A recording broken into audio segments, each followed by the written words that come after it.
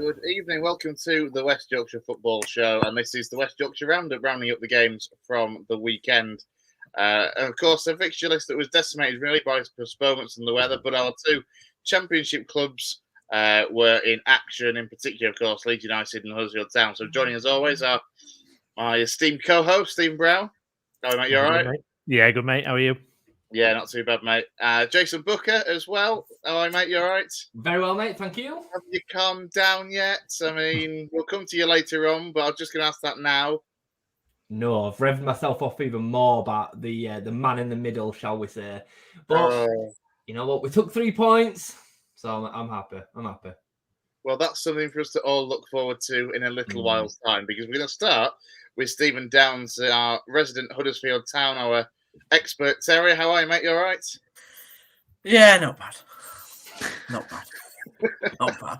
You sound a lot more calm and zen than Jay and Steve do, and yet you only took a point from your game, whereas they won. But we'll come to that, because a point at Blackburn, yes, they're in dodgy form, and as I saw Joey Barton mention earlier, it's like 1 win in 17 or something, or 1 win in 10 for them. But a point away from home in the situation you're in, not too bad, or how did you view it overall? The reason I'm zen is because I'm just loving the drama. It's get your chicken legs out of the bucket, boys, because it's honestly it's going to get a bit tasty on Sunday. I know we'll come to the game coming up, but yeah, Blackburn, not a great side. We beat them 3-0 at home just a matter of weeks ago. John Tomlinson, their manager, played the same system, pretty much the same team, I think. We played slightly different team because of the signings that we brought in, but we played exactly the same system as what Darren Moore's played for the last 22 games, barring Sunderland, where he actually won, but never mind. So, yeah, a disappointing point. I think, people are out on the outside, you fellas will think, maybe a decent point away at Blackburn. You know, you always want to try and at least draw your away games, but against a very poor Blackburn side that are not in great confidence, and there's a lot of things behind the scenes there that aren't really going well. I think we have to be disappointed with, particularly in the run of games that we're in. You know, Plymouth, we drew, Blackburn, we drew, and the 2 games coming up, so we needed to win, really. Yeah, Blackburn are a bit of a weird one, because you look at them, obviously, last season, they went too far off the playoffs in the end, weren't they? You know, and they're, a big club for the level still. But as you say, there's a lot going on behind the scenes that is having a bit of an impact on the pitch, it seems. Yeah, so obviously I think it's been rumbling since the summer, to be honest. I don't think he's been happy with how the Venkis have backed him at Blackburn. And so there's been a bit of discontent there. Smodricks has got him out of a hole, really, because he's been one of the best players in the Championship, really, not just for Blackburn. I think I don't know if he's still top scorer, actually. He was at one point. And so, without him, I think they will be a lot closer to the relegation zone than they actually are, to be honest. So, yeah, it was disappointing, really. We went behind, poor goal. Johnny Ogg give it away. Very rare mistake from him. You know, people are saying, is he too old now to continue? But Helik, the amazing Polish centre-back, we've got 8 goals, top scorer. Unbelievable. Oh, he's got 8 goals. He's our top scorer. It tells you how dire we are up front when your big centre-forward that, hardly goes up except for corners is the one that's your top goal scorer. But without him, we'd have lost so many points this season. So I will have you know that is a tactic I've been playing on Football Manager for donkey's years. Yeah. Well, obviously, we've all got our Football Manager heads on at the moment. I've just become Scunny's manager. We know how well Jay's doing it, Taddy, unless he's sold him out and gone to, county now. Obviously, we knew Louis Sale bottled it earlier in the season with Altrincham, but anyway, we're not here to talk about Football Manager.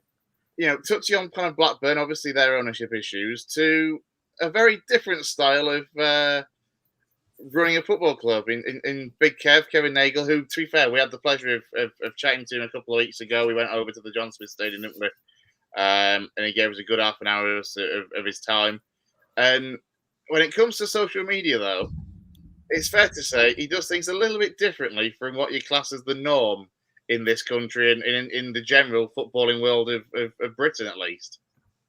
Yep. So after the Plymouth game, he tweeted out as last week. Steve said not good enough, and then he did a diary afterwards explaining the tweet of not good enough, which unfortunately I think we sort of touched on. And then after the Blackburn game, he didn't tweet at all. He just tweeted a diary with his PR agent Carmichael Dave, and he said a lot of interesting things in 11 minutes. There's a lot to pack in there. My God, you have been trying to unpack this for us, so go on, talk us through it. So basically, he said that he doesn't like Darren Moore's formation. He says we're not attacking enough, and we don't have players that can pass the ball well enough. So he's criticised the players. He's criticised Darren Moore's formation and tactical ability. And he's criticised the fact that we don't play attacking football. He's then said he's spoken to other managers. Did he? Yeah. Oh, he said he's spoken to... No, please. Go away, Brownie. Delete yourself off the channel. He's not spoken to Mark Hughes, but he has spoken to other managers. And there is a rumour that he was seen in the Crutton Craft restaurant in Leeds with Mr. Heckingbottom. So that's an interesting rumour. But it's... We have to emphasise a rumour is all it is. Yes. It's we don't want suing. It's a rumor, and I can no deny or confirm whether that rumor is true. But yeah, so he said that, which I found was interesting. So and apparently when he's spoken to these other managers, they've told him that our tactics going into games are too conservative, and we sit too deep and we're too defensive. Then he was asked about the upcoming game against QPR. And how big the QPR game, and he said, and I quote, "It is a must-win game. Everyone is under pressure. Everyone." So what I don't, to me, if you want to resign as a manager, you might as well have resigned on Sunday evening because look at Steve. He's practically giddy, right? Yeah, because it never happens. It never So when you look at another football club. And you look at other clubs, and when chairmen come out and speak, right, you think, oh, that's a daft thing to say. You'll never hear it at our football club. And you heard it with Radrazani, and some of the stuff that I know by speaking with you boys, that you can't believe some of the stuff he said. This is all new to me. We don't have we have chairmen that say their mind, speak their mind, but they do it in where they meet fans, 200 fans, and have a pie and a pea night, and it's all very sort of localized. It's very diplomatic. This is just not diplomatic. He's literally criticised the players, the staff, the manager. The only thing he said in one of the other quotes was, he said, "I would rather play well, attacking football, and lose than draw. I don't want any more draws. I'm sick of draws." So, to me, I love him because he says what he feels. You met him, Chris, for the first time, so I'm kind of interested to gauge where you thought, how you thought he was, because you're different to me. I've met him a couple of times. I obviously have engaged with him on social media. It was kind of an open-eyed first time for you, but I can't. But this is explosive what we're seeing on Twitter. It just doesn't happen in British football at all. Full stop. Can I just say with this, I don't think it's clever at all. My opinions on the Rad situation was one thing, but the situation that you're in, Steve, genuinely, joking aside for a minute, and potentially now sacking Darren Moore with 8 days of the window left to go and whatnot. Given what then potential future managers are going to see that he's then going to do, why would you take this position with 5 months to go? You're on the hiding to nothing. The best you can do is finish fourth bottom. Well, no, that's not true. That's not the best we can do. The championship table changes week by week. So who's to say that we don't bring in a new manager and have 5 wins on the bounce against unrealistic opposition that we probably won't beat? But you never know what a new manager can do. My point is finishing 16th or finishing 4th from bottom doesn't matter. My point is surviving. Survival is survival. Yeah. The one thing that I would say, especially having met him kind of first time, is he's very. How do you put this? He's very.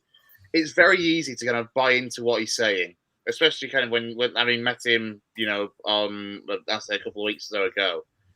He's got a very infectious personality. I think that many a manager could sit in front of him, have the conversations with him, be told about his bigger picture, and actually be like, you know what, I want a piece of that pie. I want a piece of that journey and that adventure. Yeah. Because he's certainly a captivating character. Now, I know what you mean, Jay. It's always risky, I think, because again, is it because we just don't see it that often that it seems more risky now? If this was more common, like it is in American, ownership in other American sports, etc., would it be quite so weird? Probably not. But that's the problem, though, isn't it? Yeah, he's just coming in and kind of, yeah. I don't know. I mean, it's like Jesse Marsh, though, isn't it? Not to compare him to Jesse Marsh, but it's that kind of, I don't know, they're not connected to reality somehow when you hear what they're saying a little bit. It's a little bit kind of, mate, you're going to have to get on board with the culture over here. But American culture is very much like that. Everything is very radicalized and over the top and dramatic. And it is just, we don't have to accept their culture. And they don't have to accept ours either. Like, we'd experience the same thing as an owner if we went over there and tried to do it the same way that we've always done it. If we try to do things a bit more modestly. Yeah, but there's a difference though. So, like Jesse Marsh, I don't think he you watched the interview with Jordan. I'm sure we've all watched it now, and he still thinks that he was right. The difference here is that Kevin has done a lot of things to get into the culture of what Huddersfield Town is about. He knows now a lot about the club. He knows the historical significance. He knows not just things on the surface. He's been out into the community. He's looked at different things. He's been here for 3 weeks. He's actually, when he's come here, he got a lot of work in, and that's been proved by what he's done on what the club's put out on social media, what he's told not just us, but various other media outlets. So you can tell that he's not just coming over here for a bit of a break and 3 weeks of jolly. He's gone back now. He was supposed to be here for a month. I know, but commenting on managers' tactics and players. No, but that's a hiding to nothing. Like Jason, I can't imagine who's going to want to work under that. But Steve, you have in this case, it's a strange one because effectively what he's saying is what Steve has said many a time on the podcast and many other Town fans over the case of Darren Moore's.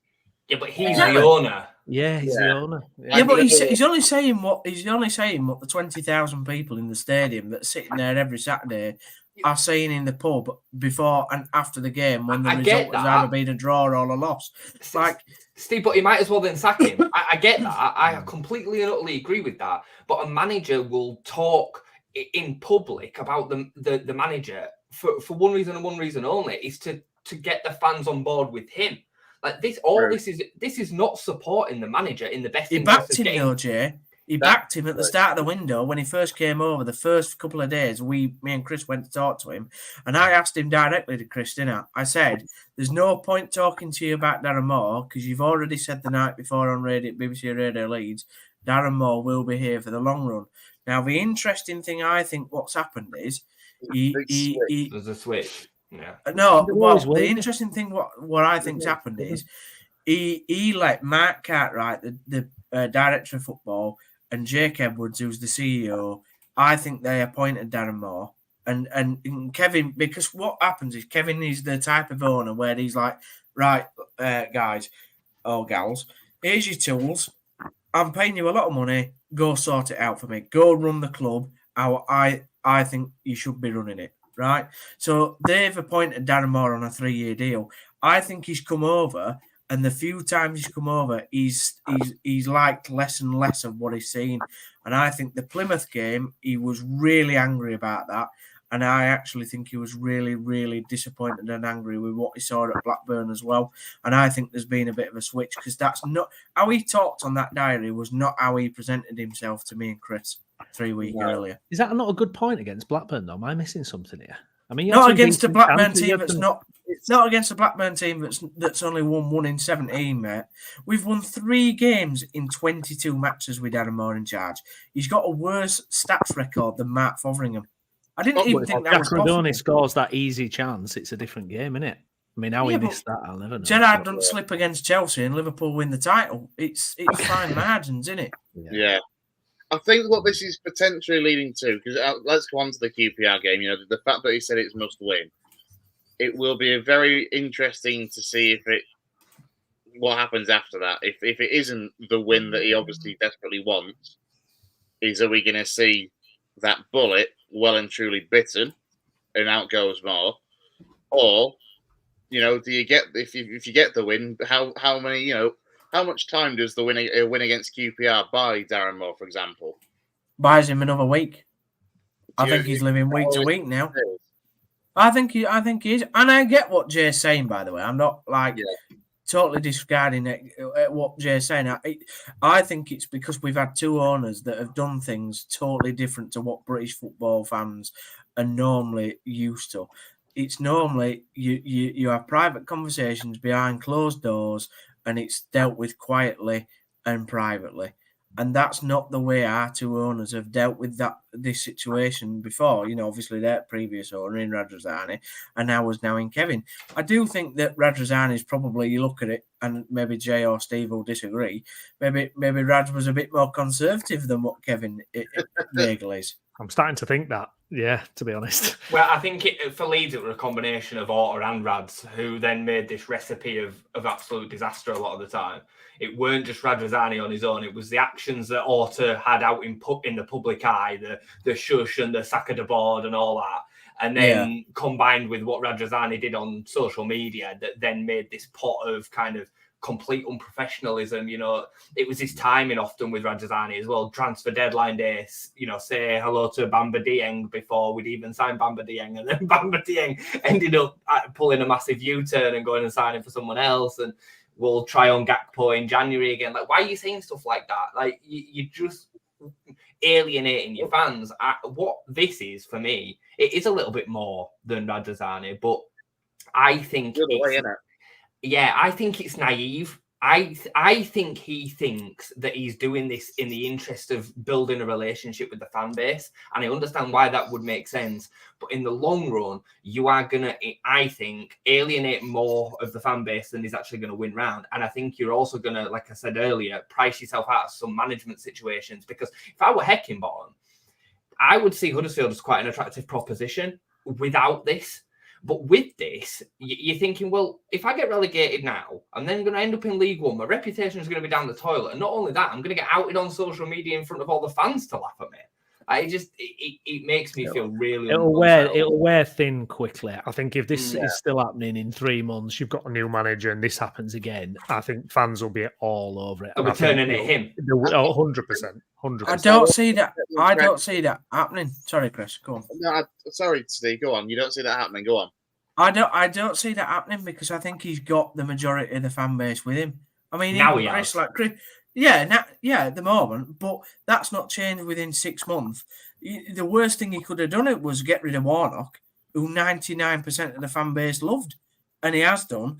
But he's still not lost the fan base at all. I think that was the biggest decision he actually made. This sacking Moore, if we lose on Sunday, which I think we inevitably will. But mind you, it's Town, so we probably go win 3-0 and Darren Moore's a legend. But I just think that the bigger decision not to sack Moore, is not as big a decision as what he did with Warnock. And I think the difference is that people want this and they didn't want Warnock. So they'll accept that he's fallen on his sword and he said, right, the club's got it wrong. We've got to get rid of Darren Moore and get somebody else in. We've had 6 managers, lads, in the last 2 years.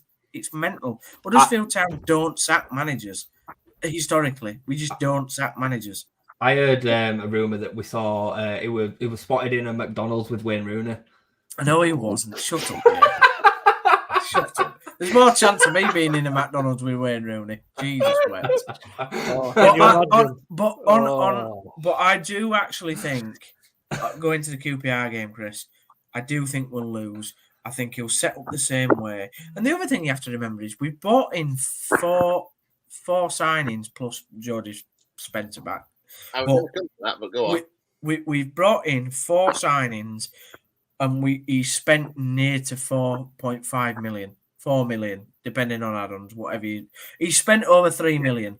Huddersfield Town do not spend money on players. It's 7 years since we bought a striker for money. 7 years of any type of money, even £1,000. So he's gone out. He's bought the players, and if Darren Moore goes on Sunday and plays a 6 at the back virtually, because you've got Jonathan Ogg, you've got your 5 and then Johnny Ogg. If he goes to QPR and plays 6 at the back, he deserves to be sacked. I think the point I think Brownie made about, it could wear thin, for example, if we are 3 months down the line and, a new manager's in place, say, basically what I think is, if the worst comes to the worst for Darren Moore on Sunday, this next appointment is probably one of the biggest decisions that Kevin Nagle will have as Huddersfield Town owner as long as he's there. Because if it goes right and he suddenly finds this perfect storm of attacking manager that buys into his philosophies and Kevin Nagle's enthusiasm and approach and, wanting to target the Premier League in an attacking manner, excellent. But if we are in, 3-4 months down the line and actually it's not looking great, even if it is more attacking and losing, ultimately, if QPR are picking up results, Wednesday picking up results, you are in a proper dogfight, bottom 3 territory in 3 months' time, it's a gamble that will have massively backfired. I think this is absolutely huge, not just for Darren Moore for Sunday, but actually for the bigger picture for Kev, because, he's got to put his money where his mouth is. He said he wants the attacking football. He's got to attract a manager that will play it and play it successfully. Yeah, and I think Heckingbottom's the perfect choice for us, if I'm being honest. I think he's local. Yeah. He knows the area. He knows how. He probably gets a fan base because we're very similar to what he had at Barnsley. So we're kind of the similar sort of fan bases. Hard working, attacking, try going forward, and also. Yes, people will say, well, he's a bit boring to listen to. My God, he can't be worse than Darren Moore. Like, it's not, it's just not possible. I've listened to painted walls that have more to say on team fixtures. So, Darren Moore's just not the man for me. And I'm really sorry that people might think that I've been harsh on him since the beginning. I don't actually think I was that harsh on him for about 10 games. 3 minutes? No. But after the Leeds game, I was having big doubts. I think that's fair to say. And it's just got worse. He's had the odd success against Sunderland, Blackburn, but to just not have any charisma and character to engage with the fan base is like a massive thing for me. That 3 wins in 22, and I think we can, if that was Leeds, if that was Lincoln for me or whoever, 3 wins in 22, you'd be wanting a manager out, full stop. It's a win ratio of 31%, Chris. It's worse than Fotheringham, isn't it? I mean, that's what he's got on the group. I mean, which you never would have thought, would you? Really? Like, it couldn't get any worse. Fotheringham wasn't even a manager; he was a scaffolder from Scotland. So. You know what I mean? It's like I don't understand that our professional football manager that's managed actually and played the game has got a worse win ratio and statistical data than a scaffolder from Scotland. I don't get it. I will never understand how that's possible. But I just think we'll go to QPR and he'll just play the same system. So basically, in the diary, Kevin Nagle has said you change your system. You change your footballing philosophy and you change your idea of how you want to play, and if it works, fine. But if it's not, if you don't get a win, so you've only got 3 choices: a loss, draw, or win, and he's only got to he can only win to keep his job. If you don't win, he's gone. He's got to go. Can I just ask one thing? Can I ask one thing, Steve? Because I was watching your video that you did on the channel with your two other mates for Huddersfield Town. Brilliant video, by the way. But you mentioned a few times in that about like Darren Moore's not had his proper team ready or available. I mean, to be fair to him, how true is that in terms of he's not had the right personnel available, or Yeah, I agree. It's the worst.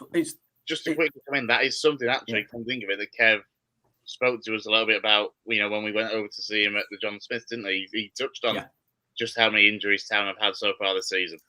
Yeah. No, it's a fair comment, and I agree. Listen, like compared to what Fotheringham had, Moore's had a worse squad than Fotheringham. In fact, it's the worst squad we've had since I started supporting the club. Like the fact that, before the 4 signings came in, we were playing a kid called Stone on the bench that nobody's even heard of. So that being said, then Steve, is he not then trying to find the best way to get out what he can with what he's got? Because as I said it before, I genuinely think you are one of the 4 worst teams in the division. I think you're exactly where you should be given the squad that you have. I know that's brutal to say, but that's what I think. No, it's fair comment, Joe. Like, as much as I disagree with you sometimes, like you have made a fair comment there, and I do agree with it. In fact, I will put us in the bottom 3. To be honest, the squad that we have is worse than QPR.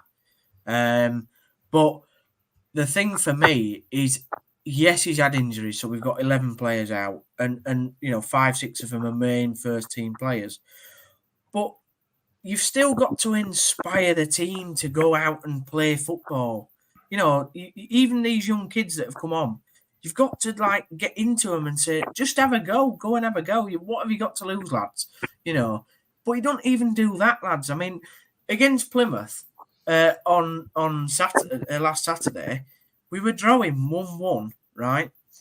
And in the second half, we didn't even go and have a shot. And it's Plymouth. It's not even a good team. I get it if it were Barcelona or even Leeds. I get it. But you probably can't go, in terms of personality, though, you probably can't go to the opposite end of the spectrum more to Warnock. I mean, what you're describing there sounds like you want Warnock, really. But you've got Moore, who's just not that character, really. No, but there's a difference, though, Steve, right? I'll accept it, and I think most fans would have accepted more if he's the character that he is, but he went for games and he tried to win them, and he tried to have a go, but because we don't even have a go and we just sit back all the time, it don't matter the opposition we play. We could bloody play Bradford Park Avenue tomorrow, and he'd still play 6 at the back. It's tricky, isn't it? Because I remember the season that we got relegated from the Championship, Brownie. You might remember, but we got relegated under Dennis Wise, the monetary issues and whatnot. And I specifically remember, this is a long time ago now, but Dennis Wise was the complete opposite to what you're explaining with Darren Moore there. He would play Rob Hulse, David Ely, Robbie Blake, all 4 attackers that we had at the time. We'd play them all. I remember even the day that we got relegated, we went 1-0 up against Ipswich at Ellen Road, and we just carried on attacking, and we were playing basically a 4-2-4. And he went for games because we had attacking talent in the team, and we ended up getting relegated. You know what I mean? So it's always a challenge for a manager to find that balance to make sure they get it right. And I think if you are struggling, if you've got a struggling team, I do believe that the antidote to try and deal with the situation, very similar to what we'll come on to with Preston, is to probably try and almost house yourselves to points. Yeah. I get what you're saying, but it's not fun as a fan. It's definitely we don't even do that, Jay. Though we don't even do to not even have we've come out of some games where we've had 29% possession and 1 shot off target, not even a shot on target. How's that? Yeah. I know what you're saying, Jay. I hear you, so I know what you're saying, mate. I'm not saying that you're wrong. Yes, you can't go gung for all and just leave 4 people at the back and that's it. I get it, but to come out of games and not even have a shot on target, mate, is just for a second division team is shocking. Again, I'm going to come back to that 3 wins in 22. It wouldn't be so bad if they were shithousing. I'll say it, Jay, don't worry. If they were shithousing their way to win, do the odd win here and there. That's the video not being monetized now. Spotify, lovely. it wouldn't be so bad though if they were doing that and grinding out the odd 1-0 win here and there. But fundamentally, they're still playing as defensively and dull as they are by all accounts, and still not actually being able to grind anything out of it. And you can only exactly 22 games. It's one of them. Yes, he's only just got the January winter to get some players in, but it's a lot of games to do very little with. But do you know what the weird thing is? And you'll have seen it the other season, lads, with Leeds, right? When you've not been playing so well, you've gone to games and you think, right, away at Sunderland, we've absolutely no hope of winning here, and he goes and plays attacking football. Like, literally, we're throwing people forward like there's no tomorrow, and it's like a different team altogether. And we beat Liverpool at Anfield. And we beat Sunderland, and I'm sat there and I'm thinking, where's this Darren Moore team gone? Like, and then the next game, it's only like 3 days later or whatever that we play, and it's back to not having a shot on target and only having 11% possession. Frustrating, really frustrating. Yeah, we've seen a lot of that. Okay. Final thought, Steve, before we move on to Leeds United. Then you've already said that you're expecting a defeat at QPR, but 3-1, I say. Continuing score prediction and I mean, let's go nuts. You know, what are you predicting Kevin Nagel's going to say on Twitter? 3-1. I think the scoreline will be because they'll be right up for it. By the way, they've just beaten Millwall in a London derby. You know, they're on top of the world right now. They'll come into this game with massive confidence. So I think it'll be 3-1 QPR. I think Kevin will come out. Well, I think the game starts at 2. No, 1:30 kicks off. Is it on time? Yeah, it's on Sky TV, so Sky will bloody love it as well. The game kicks off at 1:30, and by 5 p.m, Darren Moore will not be Huddersfield Town manager. Will they not give him an extra game, seeing as it's Sheffield Wednesday and a chance to get one over his old side? No. Get rid of him. Get him out of the club if we lose. Get rid of him. I'll take charge for the game. Bloody hell. Just genuinely. By 5, if we lose on Sunday, he'll be gone by 5 o'clock. And I expect, I won't be shocked if by 8 p.m. we get another little Kevin diary saying, unfortunately, lads and lasses, we've had to get rid of Mr. Moore. It was the right thing to do, but we lost again. We played crap football. He's gone. I will do my best. Well, if that happens, genuinely, if that happens, I'll wear the Man United shirt on this channel if we appoint Wayne Rooney. You will not. I will. Yeah, you can't tell me what I can do and not can't do. You're not coming on a Man United shirt. You're not invited. Hang on. No, that's not how the channel works. It's a democracy here, not Russia. We're not living in West China, you know. Let's move on.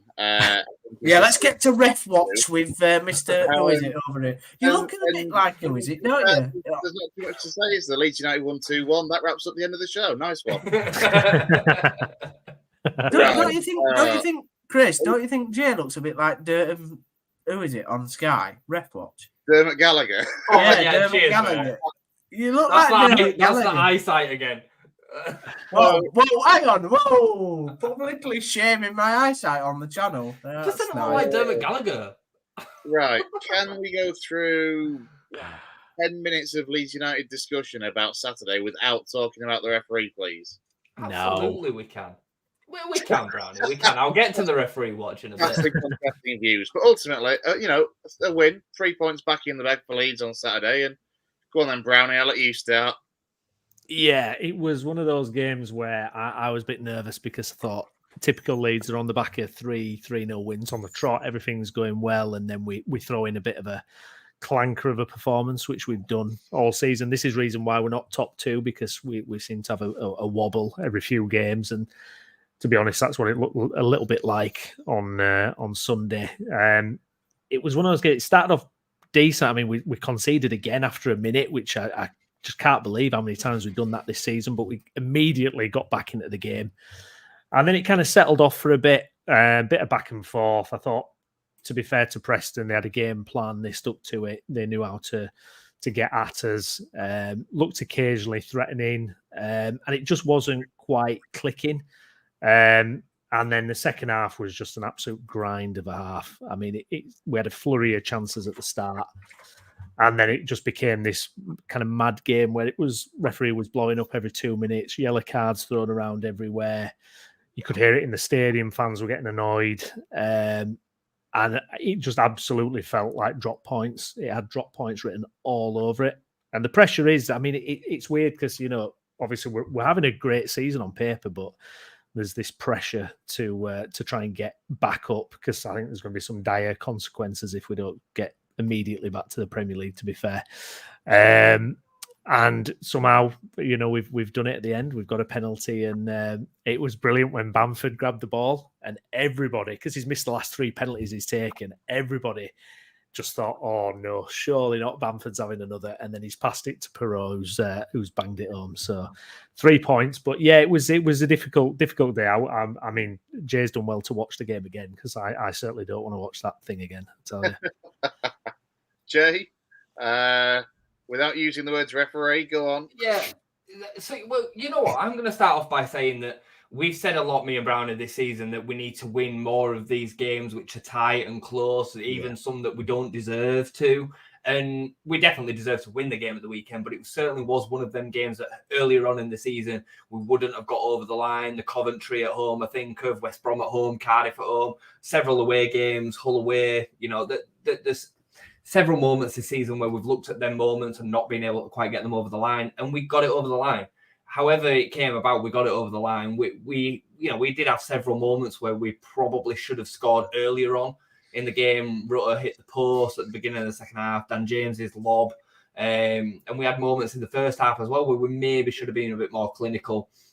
And like I said, long story short, we got it over the line and we took the 3 points. Preston did exactly the same job on us at their place. I'm going to say the words anti-football. There's definitely different ways to play the game. I'm all for, the game being played however a team wants to set out. And the facts are Preston have not got the same level and quality of player that Leeds United have, and they need to try and win points in the way that they need to try and win points. Joking aside, the reason that I get so aggravated towards the officials in a game like that is I felt like he didn't control the game to allow it to be played on an even keel. If a referee loses that kind of the momentum of the game, he ends up then favouring the way that one side want to play it over the other. And it felt in that second half especially as if the game was almost managed unfairly. He could have stopped some of the time wasting and whatnot way earlier than what he did. Lewis in the group made the comment about balancing out the yellow cards. It was an absolute farce, the yellow card on Bamford. The yellow card on Rutter was an absolute farce. The yellow card on Firpo was an absolute farce. And this continued. It only takes one moment to then change the game in the complete opposite direction and put us down to 10 men because of one completely incorrect decision. And at their place, we ended up down to 10 men because Meslier got sent off for what he got sent off for, absolutely rightly as well. He was sent off. But then we saw something very similar at the weekend where Gio Rutter got pushed over on the centre circle and nothing was done for it on a player that was already on a yellow card. So for me, the frustrations I think are valid, and I know you guys all said that you thought he did all right at the weekend. I've watched it back again because I felt like I was maybe being a little bit biased in the moment, but I don't think I was. I very much believe that he had an absolute woeful game, did the referee. I'm going to stop there with the referee now. That's it. I'll finish there. I'll send my piece. The rest of he can't take it. He can't handle it. I thought the rest of the performance was okay. Like the great game wasn't great, but that was because of the way that Preston set about the job. And like I say, I respect that. I don't mind that. It's not the way that I would want to see my team go about it, but I do understand it. I thought there were some top performances. I don't know what you thought, Brownie, but I thought Dan James again was sensational. 10 goals and 5 assists for that lad this season. 15 goal involvements after being bombed out to go to Fulham. I was just about to say, how little did you expect of Dan James at the start of the season? When you consider that actually, it looked like he was basically going to be a bit of an outcast, out on loan to Fulham, and then probably go permanently. And then he's come back and Yes, he's had to drop to the championship level to do it, but he's doing it well. I said in the summer, I said to Brownie, what if you can watch this back on the kind of season previews? I thought it was going to be a little bit of a golden egg this year, Dan James. He's kind of been the forgotten man. He's at his level, or a level that I would probably expect him to excel in. Given that, Swansea did extremely well 4 years ago now, I think it was, when we first tried to sign him. He then went off and had the time at Manchester United before then coming to Leeds. I think at this level, he scares defenders to death. His pace, his natural raw pace is so explosive. Defenders can't deal with him. And not only that, but he deserves a lot of credit, and so does Daniel Farke, because he's added composure and quality to his final product. He's arguably our most threatening aerial presence, which is ridiculous. He's got the most headed goals in our team. But if you actually watch him, he springs. He's got a really good leap to him. His positioning of his headers. And what is he, like 5'7"? 5'5", 5'6"? Yeah, it's tiny. But there were a moment where he won a header on the edge of the box at the weekend, and he sprung to about 6'7" over the top of a defender. He leaps in the air really, really well. I just think he deserves so much credit. He clearly really wants to play for Leeds. He came back in the summer, and all the media work that he did showed that he was glad to be back, really happy to be back, wanted the opportunity, and that's all you can ever hope for. Leeds fans will get right behind that, and he's helped Archie down that right-hand side all season. Defensively, he's excellent because of his powers of recovery, his stamina. I thought it was excellent. It deserved it. If he'd have scored that lob, that would have just been the icing on the cake. Because I agree what Jay said there. Brilliant performance from Dan James. Brownie, arguably, he's our most important player. I mean, I still think Joe Rodon's the one that we'd miss the most if he was out of the side because of the direct replacements that would be available. But when I look at that attacking four, the one that I think is the most reliable and consistent week in, week out is Dan James. Somerville has been massive this season. Rutter's so much fun to watch. But week in, week out, Dan James gives us so much. And he also gives so much defensively. Not that Somerville's not improved that in his game, because he definitely has. But for me, he's just been excellent. He deserves so much credit. Yeah, absolutely. Going forward then, obviously it was a weekend where obviously Southampton won, put the pressure back on. In fact, went up to second, didn't they? I think the game tonight between Leicester and Ipswich, I think, and last season was 1-0 to Leicester still. Very, very good, Davis. Very good, Davis. Another own goal from Leaf. No way. Amazing. He's doing it. Agent Davis. Davis. Look at it as it stands. 4 points off second place Southampton. And a big game on Wednesday night at home to a Norwich side who are a little bit hit and miss. But again, they're one of those sides that actually, when they play well, they play some bloody good stuff on the David Wagner. They got some good players. Yeah, I mean, they were under pressure, wasn't he, for a large part of the season so far? And I mean, the first game we had against him. Yeah. He goes through spells of like games where we're just not winning. He's under pressure, then bam, it's in the corner, get 4 or 5 good results. The pressure's off, and then it's another slump, and the pressure's back on. Maybe it's just to be fair. It probably comes with managing Norwich, who are of the last 10 years probably the perennial yo-yo team between they've replaced the Boing Baggies of the 2000s to become Norwich, who are always between Championship and Prem. Yeah, absolutely. Yeah, no, absolutely. I mean, the game we had against them early in the season was a crazy one. We were 2-0 down and then pulled it back to 3-2. It was dramatic. I'm sure tomorrow night or Wednesday night, rather, will be just as dramatic. But yeah, we go in with confidence. I think, like Jay mentioned, it was good to win that game on Sunday because there's been a few games like that where we've dropped points. So we've proved that we've got that side to us as well where we can dig in. It's huge at the moment. I mean, it's you can't believe that there's only 18 games left now. Every game feels massive. Southampton are absolutely flying. Southampton are a big problem for us. Unbeaten in 20 odd games. It's 1 game's unbeaten now. Is it a record for them? But they've got a tough run. They've got some tough games to come. Ipswich have dropped off, which we speculated they might do. Obviously, losing tonight as well. I mean, 4 points is the closest we've been to second place all season. So somehow, little by little, we're chipping away at it. If we can just get a little bit further, if Southampton can slow down a bit, there's going to be a big opportunity for us. It's going to be, I'm interested to know what Jay thinks about the transfer window, because obviously we've not had any signings coming in yet.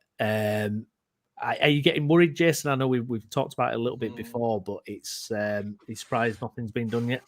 Just before I say on that, it's worth mentioning on Southampton as well that they've got Leeds to play away, Ipswich to play away, Leicester to play away, and West Brom to play away. So they've got 4 of the top 5, because including themselves in the top 6, to play away from home. Not that we should knock what they've done, because we absolutely shouldn't. It's unbelievable being that many games unbeaten, but they have had a favourable run. The difficult games have all come at home. And the easier games have come away from home. And I think the Norwich game is kind of made for us a little bit more than these Prestons and Rotherhams and Sheffield Wednesdays, especially at Ellen Road. So I'm confident that we'll hopefully go and take another 3 points. But it's unprecedented. The 3 of them, including Ipswich, have just been sensational this season. I just read a stat a minute ago that in Championship history, only 11 teams have had this amount of points that Southampton and Ipswich have got in history, and all of them have been promoted automatically. All of them, all 11. So one of them is going to miss out, which then, by history standard, also means that we'd miss out because we're 4 points further behind them. So it's credible. It's incredible what they're doing. But I'm still confident we can do it. I'm confident we can do it. Coming to your question about the window, I'm getting a bit itchy. I can't lie. I'm a bit nervous because I don't trust Firpo. I don't trust Byron's injury record. And we've lost 2 fullbacks in Jed Spence and Luke Ayling. So how can I be comfortable potentially going out of this window with less than what we came into it when we already needed reinforcements anyway? Southampton have improved their squad. Ipswich have improved their squad. Ipswich have signed Travers from Blackburn, their captain.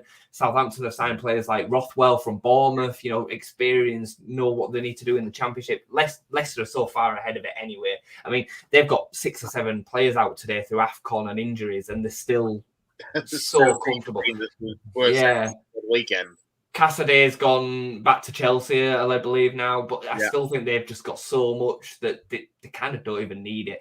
I am confident that we will still make 1 or 2 before the end of the window. I believe in the strategy the 49ers have put in. I didn't trust them in the summer, and I got to the end of the window and were like, I get it. I understand it. They did well. I understand why they then made us wait to make sure that their targets that potentially could come open later into the window were the ones that they ended up getting. And the second choice signings that we then made, i.e.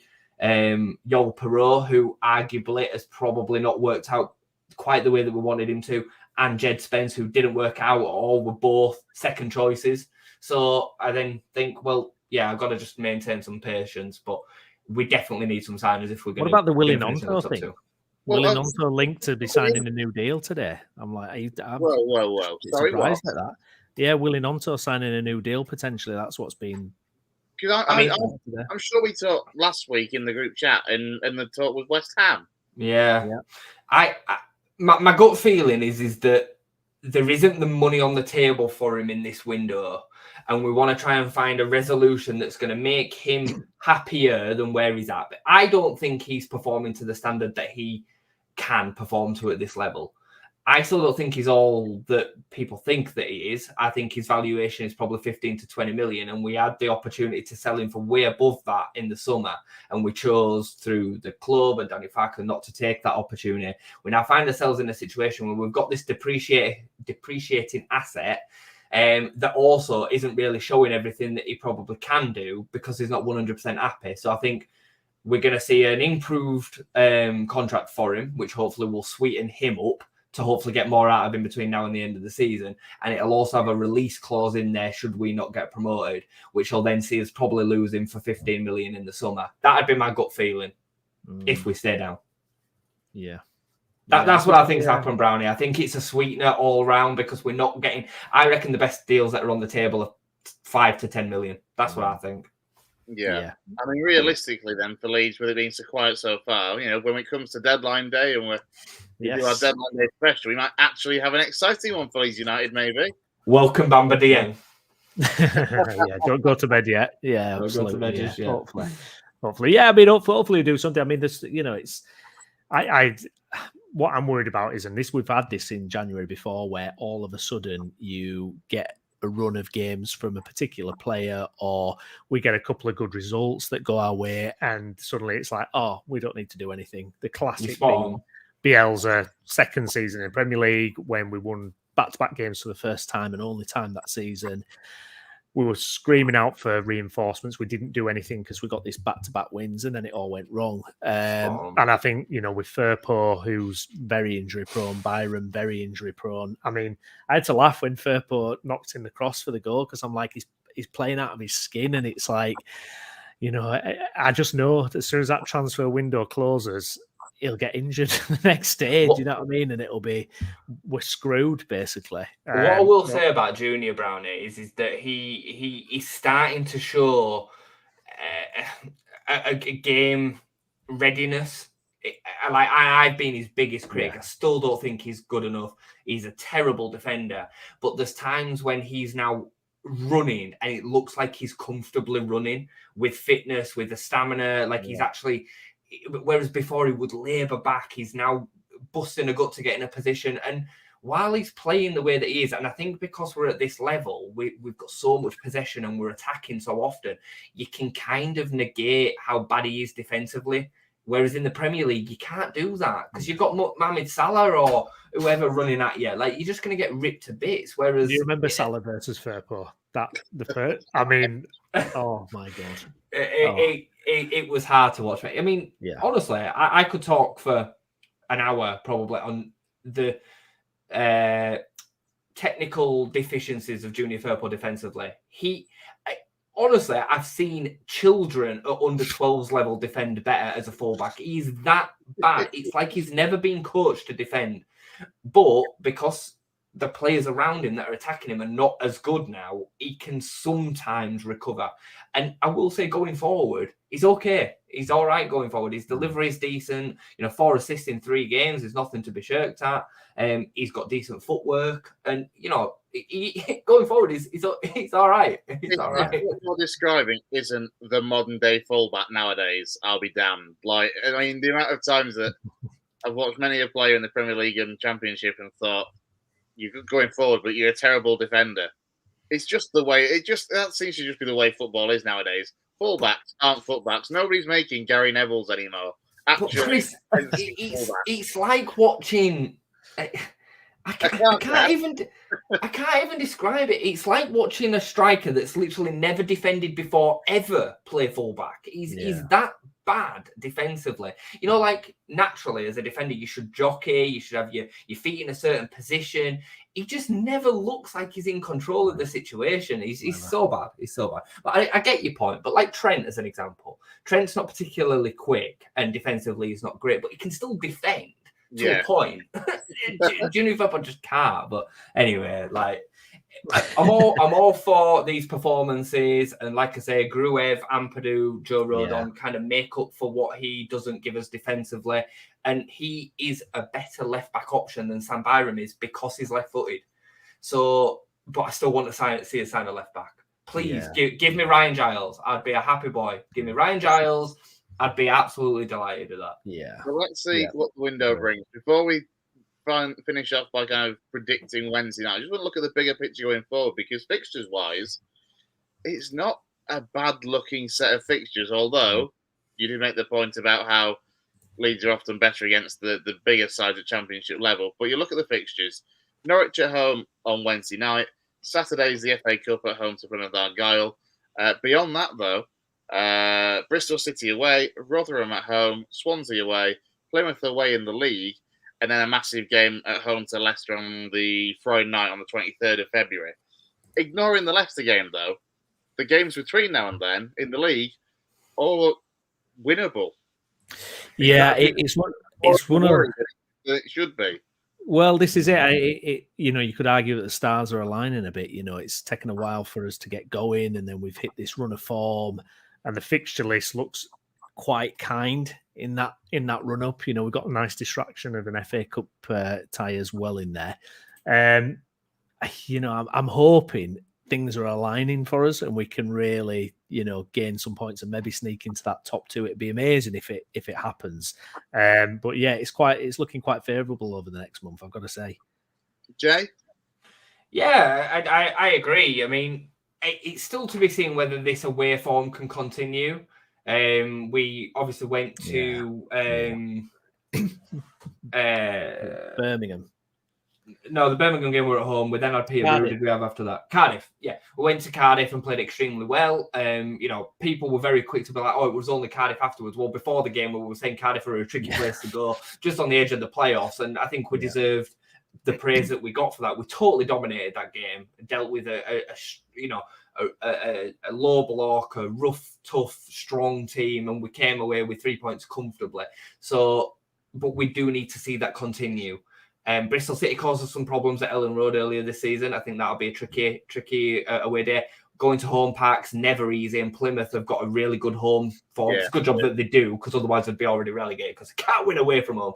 But at home, they are very good.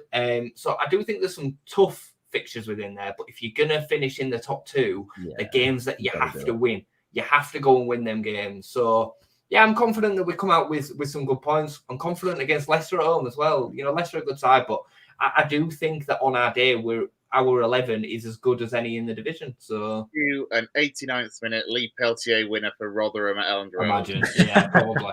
Only team to beat us at Ellen Road this season will be Rotherham, Lee Peltier. As long as we're not having another West Yorkshire football show night out, and we're having to witness Leeds drop points, that'd be nice. Yeah, the last time we did that, obviously, it was that Rotherham game.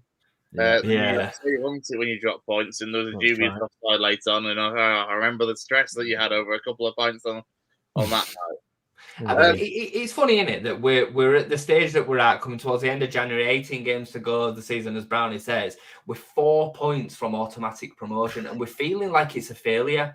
And truthfully, it's a good season. I just think it's unprecedented. Last year, yeah, well, exactly, and I'm not hung up on previous playoffs and all that. Like, I don't buy into that. If we finish in the playoffs, I'd be confident that this team can go and beat everybody in the playoffs other than Southampton, and I don't think it'll be Southampton that are in there anyway. So I feel like we've got so much to play for, and while the top two's there and within touching distance, we need to just keep on winning games. Yeah, this result that we've just got against Preston, that could be the one where we look back at the end of the season and go, wow, we got through it, we got the 3 points, and we closed that gap. Yeah. So hopefully we follow that up and try and get the business done. I'm telling you, I'm just going to make a reference to it again. Southampton at home last game of the season. It couldn't, could it? It couldn't come down that early. Oh, my word. It's a deciding game between second and third place. That's the way you finish. Basically a playoff final, isn't it? That now? Would I take it now? Yes. Ooh, I would. At home. Yeah, I'd back us to win at home every game, whoever it is that comes there. And I think should Southampton have that to play for as well, especially if we were the team that were behind. So if we went into that game 2 points behind, knowing that worst case scenario we win we lose the game and we finish where we are, I think that's a melting pot at Ellen Road. God, I'll barely be able to watch that. I couldn't deal with it. Oh, my word. But yeah, I'd take that in a heartbeat. Yeah. Wednesday night then. Predictions for the Norwich game on Wednesday? Yeah, I fancy us for it. I really do. I think it's the type of opposition we like to play against. And I want to see us follow up this momentum before we've got an FA Cup tie at the weekend. I fully expect us to get 3 points, but 2-0, something like that. Jay? I think we'll win, but I think it'll be a little bit more hustle and bustle than that. I remember the Middlesbrough game at home. That's the kind of game I see it being, a bit back and forward. I think they'll create chances. Sarah in their midfield's a baller. I really like him. I think Josh Sargent at this level is a handful. I think he'll cause our back to as much as I love Rodon and Ampadu defensively, I think he'll end up starting there, and he's not as defensively as good as a striker, as strong. So I can see him causing a few problems. I think it'll be 3-2. Jonathan Rowe. Jonathan Rowe, yeah, good player. Scored against us at their place earlier on the season. Good player. So yeah, I think it'll be a tough game, but I'd back us to win. Yeah, well, there we go. That rounds us up nicely. We'll be back more than likely next week, when hopefully the weather won't be so harsh on everybody else in our region. I think the only other sides that were to play actually was Breath Park Avenue, and Well, we'll let Lewis go on and talk about that. Yeah, less said about that. Yeah. 5-0. At Hyde, sadly, on Saturday. But for myself and from Brownie and Jay, thanks for joining us, lads. And we'll be back on Wednesday, won't we? We will. Are you going to do your match reaction? Oh, yes. Yeah, we'll do the review. Yeah. See you then. Where's he now? Is he at Norwich? I can't remember. I lose track of where players are. Who's that? Johnny Howson. Is he at Norwich or is he? No, he's at Middlesbrough. Is he still at Borough? Fair enough. I'm sure there's somebody in the Norwich ranks that can come back to haunt you. Adam Forshaw's just moved to Plymouth, so keep your cat. No one is there. Probably no one at Norwich for the longest time. Not that I can think of. Kenny McLean annoys me a lot. He could come back. I want to watch players, but it's just something that really annoys you. Yeah. Well, no, he just always scores against us, and he's just always an irritant. He's just one of them players. Yeah. Fair enough. Well, cheers for joining us, lads. And we're back next week with more of a full EFL roundup, and then join Brownie and Jay on Wednesday night after the Norwich game.